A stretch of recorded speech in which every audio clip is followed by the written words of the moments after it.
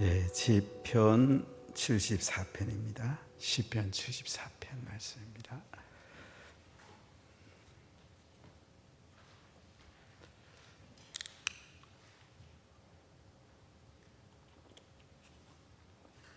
우리 한 목소리로 같이 봉독하겠습니다. 하나님이여, 주께서 어찌하여 우리를 영원히 버리시나이까? 어찌하여 주께서 기르시는 양을 향하여 진노의 연기를 뿜으시나이까? 예적부터 얻으시고 속량하사 주의 기업의 지파로 삼으신 주의 회중을 기억하시며 주께서 계시던 시온 산도 생각하소서. 영구히 파멸된 곳을 향하여 주의 발을 옮겨 놓으소서. 원수가 성소에서 모든 악을 행하였나이다. 주의 대적이 주의 회중 가운데에서 떠들며 자기들의 깃발을 세워 표적으로 삼았으니 그들은 마치 도끼를 들어 살림을 베는 사람 같으니이다. 이제 그들이 도끼와 철퇴로 성소의 모든 조각품을 쳐서 부수고 주의 성소를 불살하며 주의 이름이 계신 곳을 더럽혀 땅에 엎었나이다. 그들이 마음속으로 이르기를 우리가 그들을 진멸하자 하고 이 땅에 있는 하나님의 모든 해등을 불살랐나이다. 우리의 표적은 보이지 아니하며 선지자도 더 이상 없으며 이런 일이 얼마나 오래는지 우리 중에 아는 자도 없나이다. 하나님이여, 대적이 언제까지 비방하겠으며 원수가 주의 이름을 영원히 능욕하리까? 주께서 어찌하여 주의 손 곧 주의 오른손을 거두시나이까? 주의 품에서 손을 빼내어 그들을 멸하소서. 하나님은 예로부터 나의 왕이시라. 사람에게 구원을 베푸시나이다. 주께서 주의 능력으로 바다를 나누시고 물 가운데 용돌의 머리를 깨뜨리셨으며 리워야단의 머리를 부수시고 그것을 사막에 사는 자에게 음식물로 주셨으며 주께서 바위를 쪼개어 큰 물을 내시며 주께서 늘 흐르는 강들을 마르게 하셨나이다. 낮도 주의 것이요 밤도 주의 것이라. 주께서 빛과 해를 마련하셨으며 주께서 땅의 경계를 정하시며 주께서 여름과 겨울을 만드셨나이다. 여호와, 이것을 기억하소서. 원수가 주를 비방하며 우매한 백성이 주의 이름을 능욕하였나이다. 주의 맷 비둘기의 생명을 들짐승에 주지 마시며 주의 가난한 자의 목숨을 영원히 잊지 마소서. 그 언약을 눈여겨보소서. 무릇 땅의 어두운 곳에 포악한 자의 처소가 가득하나이다. 학대받은 자가 부끄러이 돌아가게 하지 마시고 가난한 자와 궁핍한 자가 주의 이름을 찬송하게 하소서. 하나님이여, 일어나 주의 원통함을 푸시고 우매한 자가 종일 주를 비방하는 것을 기억하소서. 주의 대적들의 소리를 잊지 마소서. 일어나 주께 항거하는 자의 떠드는 소리가 항상 주께 상달되나이다. 아멘. 아삽의 마석일 이렇게 표제가 되어 있습니다. 아삽의 교훈시란 말인데요. 아삽은 다윗과 동시대의 사람이고 찬양대를 인도했던 사람입니다. 찬양대 전체를 주의하고 또 이끌어갔던 사람인데, 이 아삽의 마스길, 다윗 시대에 기록될 수도 있지만은 후대의 기록에서 이제 아삽의 마스길 이렇게 기록한 경우도 성경에 종종 나와 있습니다. 사내립이 유다를 쳐들어왔을 때 성전이 회파되고 참 힘든 시기가 있었습니다. 아마 그때 이 시가 기록되지 않았나 생각이 듭니다. 자, 우리 1절 같이 한번 읽어볼게요.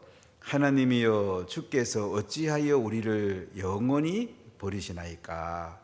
어찌하여 주께서 기르시는 양을 향하여 진노의 연기를 뿜으시나이까. 유다 백성들은 솔로몬이 성전을 건축한 다음에는 성전을 중심으로 모든 삶이 움직였습니다. 성전 중심, 하나님 중심, 하나님의 영광스러운 임재 가운데 사는 것이 그들의 소원이었습니다. 그런데 성전이 이제 어려움을 당하고 주의 백성들이 예배 드리는데 많은 어려움이 있는 것입니다. 그래서 오늘 1절에 보면 하나님이여 주께서 어찌하여 우리를 영원히 버리시나이까. 우리가 성전 중심으로 살려고 그러고 하나님의 임재 가운데 살려고 하는데 어찌해서 영원히를 버리십니까? 적들이 쳐들어와서 성전을 공격하고 하는 이 어려운 가운데 어찌 하나님 우리를 버리십니까? 영원히 버리십니까? 이렇게 하나님 앞에 탄식하고 호소하는 걸 볼 수가 있는데요. 어찌하여 주께서 기르시는 양을 향하여 진노의 연기를 부으시나이까. 주께서 기르시는 양, 유다 백성들, 하나님 백성들을 향해서 어찌해서 진노의 연기를 뿜으십니까? 참 고통스러워하고 힘들어하는 것을 볼 수가 있습니다. 어쩌면 지금 대한민국 교회를 향하여 주님 앞에 우리가 호소해야 될 내용일 수도 있습니다. 참 특히 수도권 지역에 많은 교회들이 지금 예배를 드리지 못하고 참 많은 어려움을 겪고 있습니다. 멘붕이 온 목사님들도 있다는 얘기를 들었는데 참 대한민국이 교회를 중심으로 하나님의 영광을 중심으로 이만큼 커왔는데 지금 많은 어려움 가운데 있습니다. 우리가 정말로 기도하고 또 기도해야 될 아주 중요한 순간에 와 있습니다. 자, 2절을 같이 읽어보겠습니다. 옛적부터 얻으시고 속량하사 주의 기업의 지파로 삼으신 주의 회중을 기억하시며 주께서 계시던 시온산도 생각하소서. 하나님의 임재가 충만했고 또 하나님이 다스렸던 그때를 돌아보고 있습니다. 옛적부터 얻으시고 속량하사 주의 기업의 지파로 삼으신 주의 회중을 기억하시며 하나님께서 유다 백성들을 애굽에서 속량하시고 가나안 땅에 들어가게 했습니다. 성전을 건축하게 하고 하나님이 그들이 영광스러운 백성으로 살게 했습니다. 시온산에 성전을 지었습니다. 참 영광스러운 삶이 그들 속에 있었습니다. 이제 나라가 어렵고 교회가 어려움 당할 때에 그들은 하나님, 저희들이 이렇게 하나님 은혜 가운데 살았는데 하나님 보호 가운데 살았는데 하나님 주의 회중을 기억하시고 주께서 계시던 시온산도 생각하소서. 하나님 저희들을 한번 생각해 주세요. 예전에 우리가 이렇게 주님의 날개 아래 살았는데 지금 이렇게 어려움을 당하고 있습니다. 하나님 저희들을 한번 생각해 주세요. 이렇게 하나님을 바라보고 기도하는 것을 볼 수가 있습니다. 정말로 지금은 기도할 때입니다. 정말로 중요한 순간을 지나고 있습니다. 이스라엘 백성들이 적군의 침략을 당해서 성전이 훼손되는 이 비극 가운데 이 시인은 하나님이 이스라엘을 건져주시고 성전을 건져주십시오. 주의 백성이 수모를 당하고 있습니다. 하나님 예전에 영광스럽게 우리 가운데 임했던 그 하나님 다시 우리 가운데 임하여 주십시오. 이렇게 하나님을 바라보면서 기도하고 있는 것을 볼 수가 있습니다. 자, 우리 3절 한번 봅시다.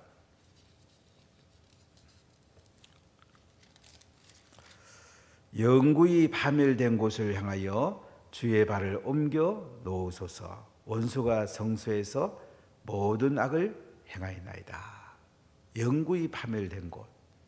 그러니까 성전이 지금 해파됐다는 이야기예요. 하나님의 임재가 있는 삶이 되고 하나님의 임재가 있는 교회가 되고 하나님의 임재가 있는 가정, 하나님의 임재가 있는 나라. 이게 하나님 나라거든요. 근데 영구히 파멸된 곳을 향하여 주의 발을 옮겨 놓으소서. 주님이 떠나가셨다는 거예요. 하나님 다시 찾아오십시오. 다시 하나님의 임재가 있는 그때로 저희들을 세워주십시오. 원수가 성소에서 모든 악을 행하였나이다. 산에 위에 들어와서 정말로 쑥대밭을 만들었습니다. 이 시를 마카비 시절로 보는 사람도 있습니다. 안디오코스 에피파네스가 성소에 돼지머리를 올려놓고 성년을 해파했던 그때가 있는데, 그때 성소가 얼마나 조롱당하고 얼마나 참 성전이 고통을 당했습니까? 그러니까 이 적들이 성소에서 모든 악을 행했습니다. 참 고통스러운 시절을 지금 지나고 있습니다. 대한민국이 교회를 중심으로 하나님의 임재가 있는 나라가 되면 세계를 이끌어갈 수가 있습니다. 우리 후손들에게 큰 희망이 있습니다. 노벨상 타는 거 크게 어렵지 않습니다. 세계를 이끌어갈 수 있는 위대한 나라가 될 수 있습니다. 한국교회가 세계교회를 이끌어가는 위대한 교회가 될 수가 있습니다.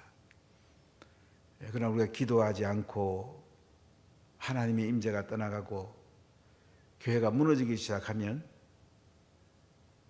대한민국은 굉장히 큰 어려움을 당할 수 있습니다.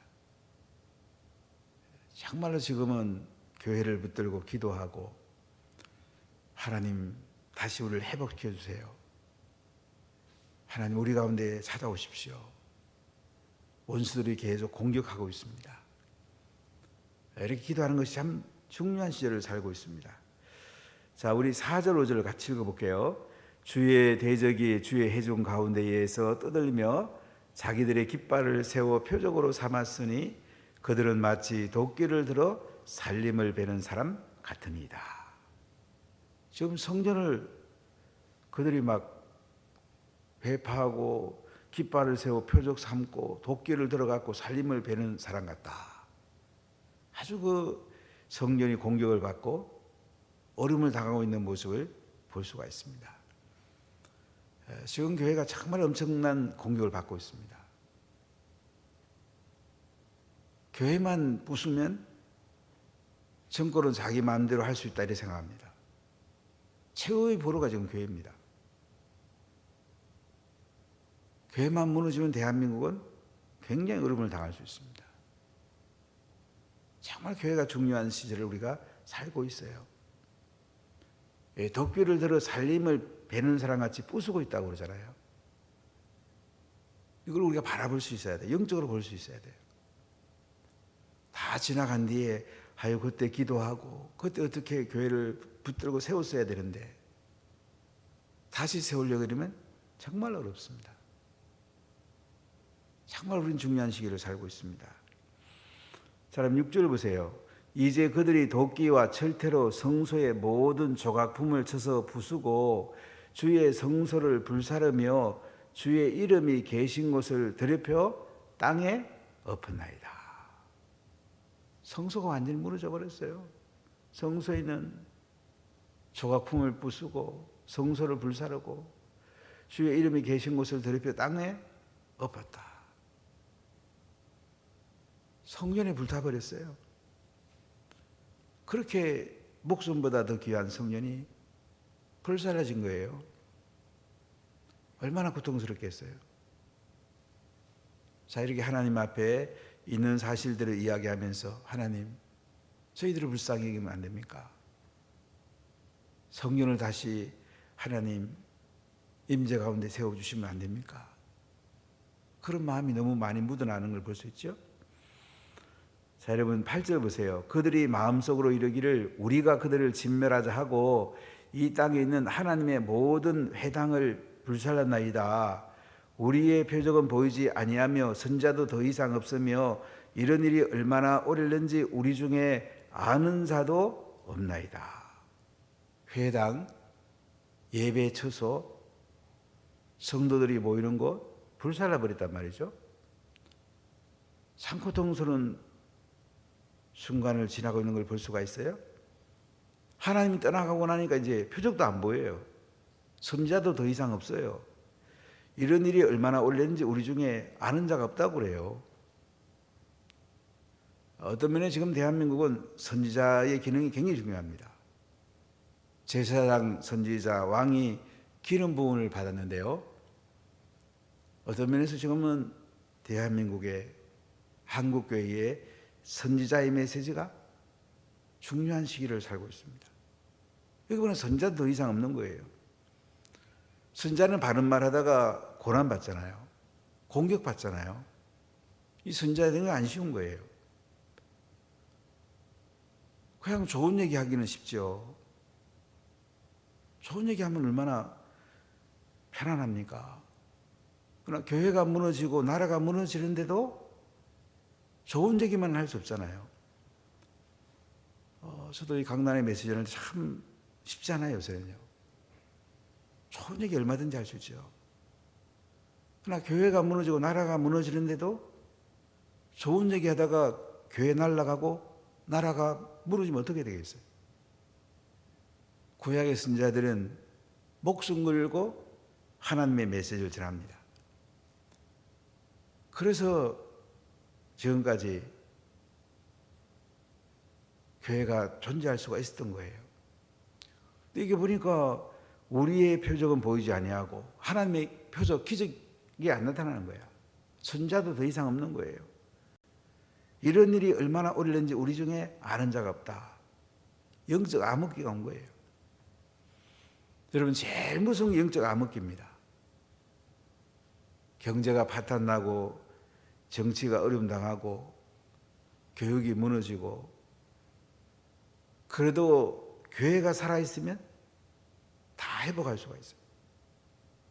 교회가 무너지면 다 끝장납니다. 구약 역사는 신약 역사도 우리에게 이걸 보여주고 있어요. 지금 너무너무 어두운 시기라는 것을 이 시일은 하나님 앞에 말씀드리고 있습니다. 자, 10절하고 11절 같이 읽어볼게요. 하나님이여 대적이 언제까지 비방하겠으며 원수가 주의 이름을 영원히 능욕하리까? 주께서 어찌하여 주의 손 곧 주의 오른손을 거두시나이까? 주의 품에서 손을 빼내시어 그들을 멸하소서. 하나님, 대적이 언제까지 비방하고요? 원수가 주의 이름을 영원히 능욕하리까? 하나님, 너무 고통스럽습니다. 여러분, 교회가 무너질 때 얼마나 고통스러워요? 자녀가 어려움 당할 때 얼마나 고통스러워요? 가정이 무너질 때 얼마나 고통스럽습니까? 교회가 능욕을 당하고 있는 거예요. 비방을 당하고 있는 거예요. 주의 이름이 능욕을 당하고 있는 거예요. 주께서 어찌해서 주의 손, 주의 오른손을 거두십니까? 주님, 품에서 손을 빼내갖고 그들을 멸하소서. 하나님 일어나셔서 우리의 기도를 받으시고 그 원수들을 멸해 주세요. 하나님, 이 민족을 살려주세요. 성전을 회복시켜 주세요. 간곡히 하나님 앞에 기도하는 걸 볼 수가 있습니다. 자, 그리고 오늘 12절부터 23절까지는 이제 이 희망을 담아가지고 하나님 앞에 이제 옛적일을 생각하면서 하나님이 구원자가 되시고 주권자가 되시고 다시 일으킬 소망을 담아서 간구하는 것을 볼 수가 있습니다. 하나님, 예전에 하나님 이런 능력으로 이스라엘 가운데 역사하지 않았습니까?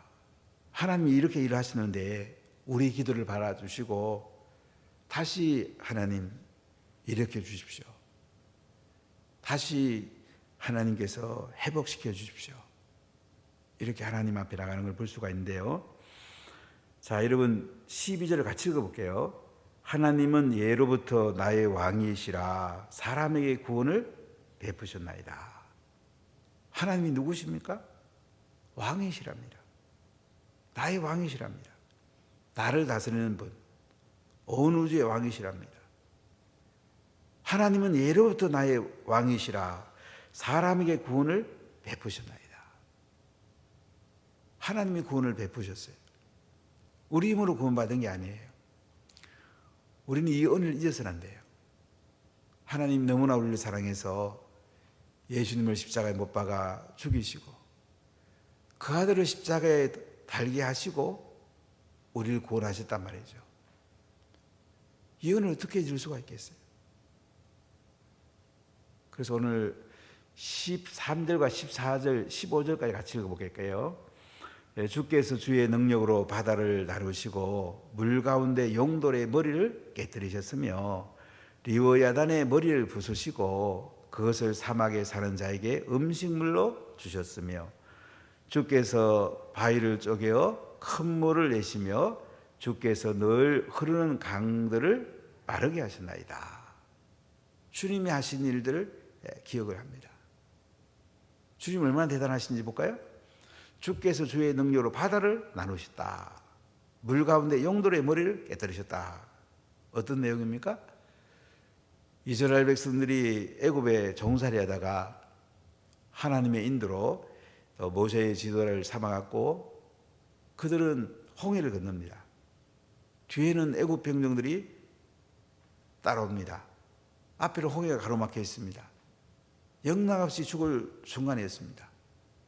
그런데 주께서 주의 능력으로 바다를 나누시고 홍해를 가르셨단 말이죠.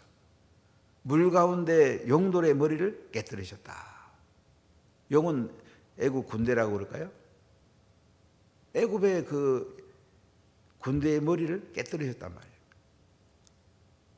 애굽의 군대는 물에 빠져 죽게 하시고 이스라엘 백성들은 홍해를 건너게 하셨습니다. 하나님이 그렇게 하신 겁니다. 리워야단의 머리를 부수시고 개역에서는 악어라고 되어 있던데요. 악어의 머리를 부수셨다. 그러니까 여기 리워야단도 애굽으로 볼 수 있겠죠. 신약으로 말하면 사단이죠. 사단. 예수님이 십자가에 못 박아 돌아가신 걸 알미암아 사단의 머리를 부수셨단 말이죠. 그것을 사막에 사는 자에게 음식물로 주셨다. 여러분 사단의 권세를 예수님이 십자가에서 머리를 부쉈단 말이에요. 사단은 비실비실합니다. 그래도 우리보다 힘이 훨씬 세요. 예수님 이름 앞에는 벌벌 떱니다. 예수님이 사단의 머리를 부쉈기 때문에 우리 예수 이름을 가면요 다 이길 수 있어요. 우리 이름으로 아무도 못 이깁니다. 예수 이름으로 나가면요 어떤 세력도 이길 수가 있습니다. 지금 아프간 같으면 이 탈레반이면 신학생이란 말인데요. 그들이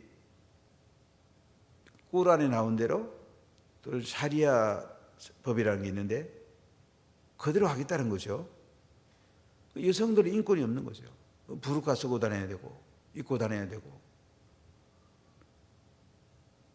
눈만 간신히 보이는 옷을 입고 다녀야 되니까 또 학교도 여성들은 갈 수가 없어요.